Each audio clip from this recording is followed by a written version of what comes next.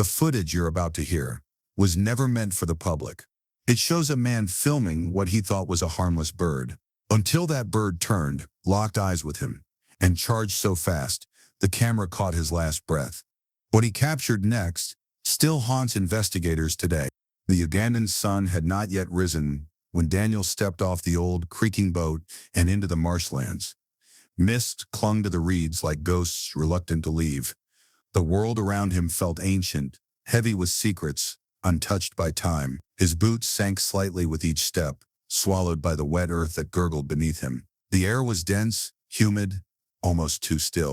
Daniel wasn't here for adventure. He was here for a photograph, one image that could define his career, the legendary Shoebill.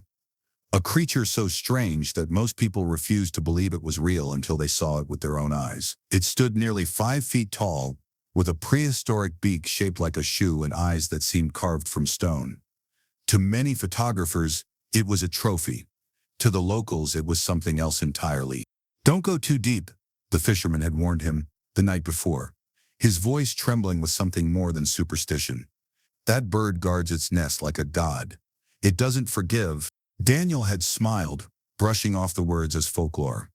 He had faced lions, hippos, and storms before. A bird couldn't scare him. But now, as he moved deeper into the swamp, even he began to sense that something was off. The normal sounds of life, frogs croaking, insects buzzing, birds calling, had vanished. The silence was suffocating, unnatural. It was as if the world itself was holding its breath. He stopped, adjusting his lens, scanning the horizon. The fog shifted, and for a moment he thought he saw a silhouette, tall, motionless, watching him. His heart kicked once in his chest, but when he blinked, it was gone. Then came the sound, a hollow, echoing clap, like two pieces of wood striking together in the distance. Daniel froze. The sound came again, deliberate, rhythmic, closer this time. He turned slowly, raising his camera, the lens trembling ever so slightly in his grip. The marsh swallowed the sound, and the silence returned, thicker than before. Somewhere in that endless white fog, something was waiting, and it knew he was there. The fog began to thin as a weak strand of sunlight pushed through the horizon, painting the swamp in dull shades of silver and green.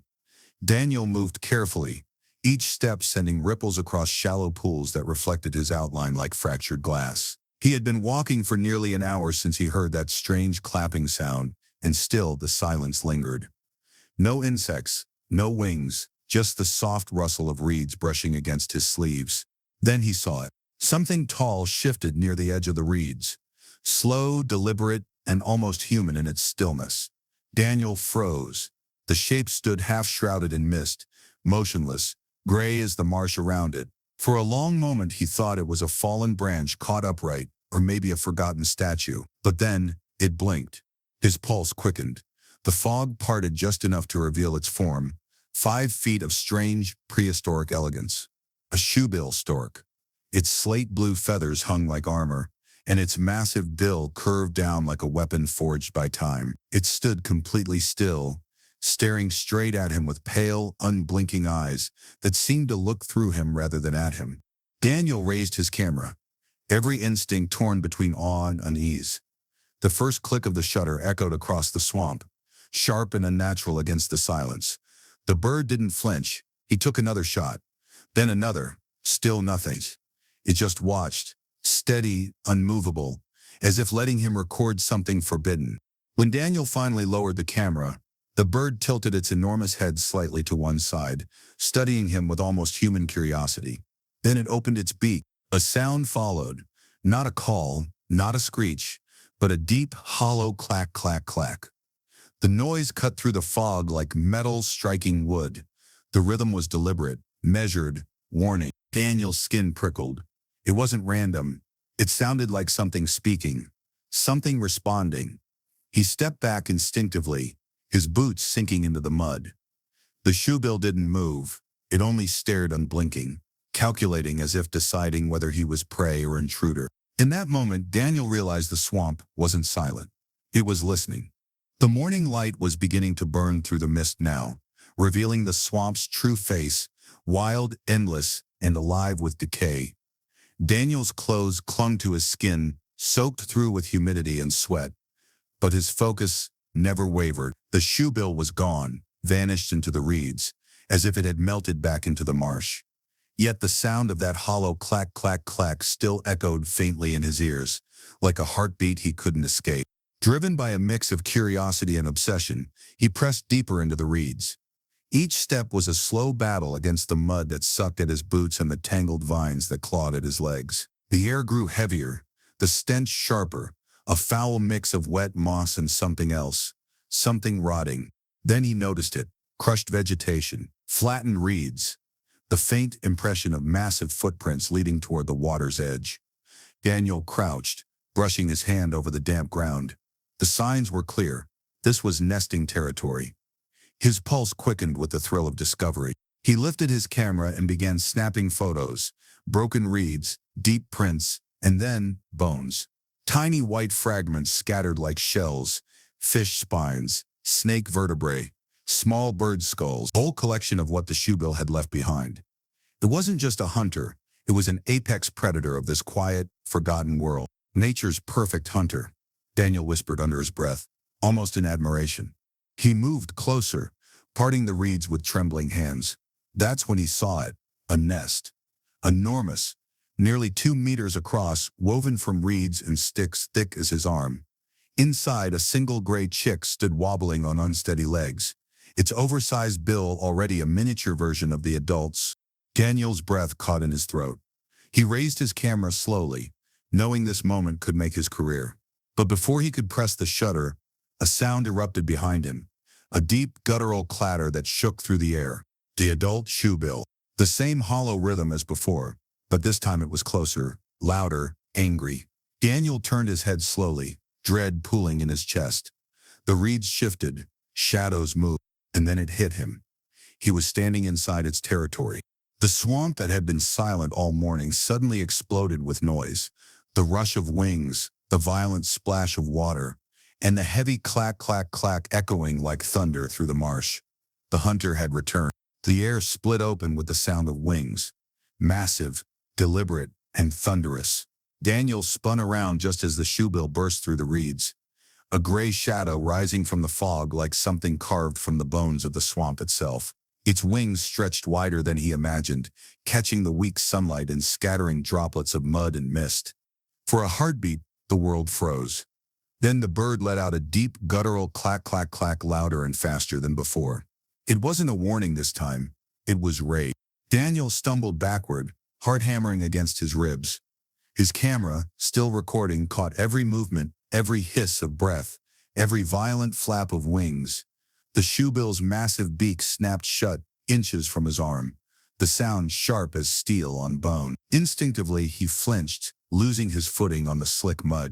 He fell hard, crashing into the cold, murky water. It surged up around him, choking his breath as he scrambled to rise. The shoebill came down again, its enormous bill slicing the air where his head had been. The power behind it was unreal. A single strike that could crush a fish skull, maybe even break his arm if it connected. The bird's wings beat the air in furious rhythm, sending waves rippling across the swamp. Daniel kicked, crawled, anything to get away, but the mud clung to him like hands pulling him down. The hollow clack, clack, clack reverberated through his skull, drowning out his own panicked gasps. Then, pain. A flash of heat across his shoulder as the bird's beak grazed him, tearing through fabric, slicing skin. He shouted, swinging his camera tripod wildly, striking the bird's chest. The impact echoed like metal on stone. For a moment it stopped. The shoebill's wings froze mid-beat, its long neck coiling back like a serpent, ready to strike again. Its pale eyes locked on him, intelligent, ancient, and unreadable.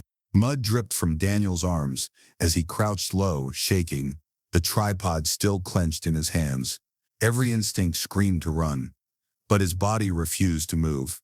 The bird tilted its head once, twice, then let out one final resonant clatter that rolled through the swamp like thunder. Slowly it stepped backward, wings folding in silence, before disappearing into the wall of reeds. Daniel collapsed, trembling, the stench of decay and blood heavy in the air. His camera lay half submerged beside him, still recording the fog that had swallowed the monster whole. He pressed a hand to his bleeding shoulder. breath ragged, eyes fixed on the direction it had vanished. In that stillness, one thought consumed him. He had come searching for a photograph, and almost become part of one. The sun had long since climbed over the marsh by the time the fisherman found it. A mud-caked camera, half submerged near the edge of the reeds. Its lens was cracked, its casing scarred with scratches, but the small red light was still blinking faintly beneath the slime. One of them hesitated before picking it up. In these swamps, even lost things seemed alive. When they finally reviewed the footage that night, word spread quickly through the small riverside village. The camera had seen something no one could explain. The screen flickered with fog and reeds, Daniel's steady breathing, and then that sound, the hollow, rhythmic clack, clack, clack, echoing like wood on bone. Then came the blur of motion, wings, water, chaos, and a brief glimpse of a gray shadow striking out of the mist. For a few seconds, the shoebill's eyes gleamed directly into the lens, cold and unblinking. Then the camera fell, the frame twisting wildly before cutting to black. The footage went viral within days. Online, it was called the Shoebill attack footage. Some viewers insisted it was staged, another wilderness hoax for clicks. Others swore it was genuine, pointing to the raw fear in Daniel's breathing and the streaks of blood that appeared near the end. Wildlife experts debated its authenticity. Skeptics dissected every pixel.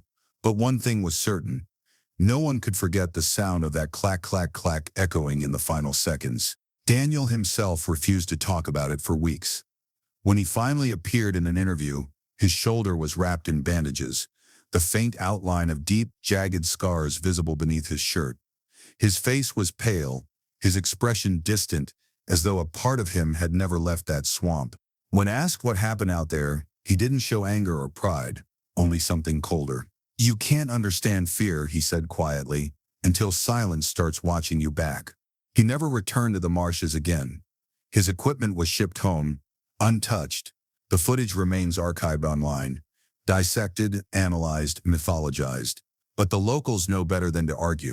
Because deep within the Ugandan swamp, where the air still hangs heavy and the fog never fully lifts, the shoebill stands guard, motionless, ancient and unchallenged. And when the wind dies and the swamp falls silent again, some say you can still hear it, the faint, hollow clack, clack, clack of something that remembers being disturbed.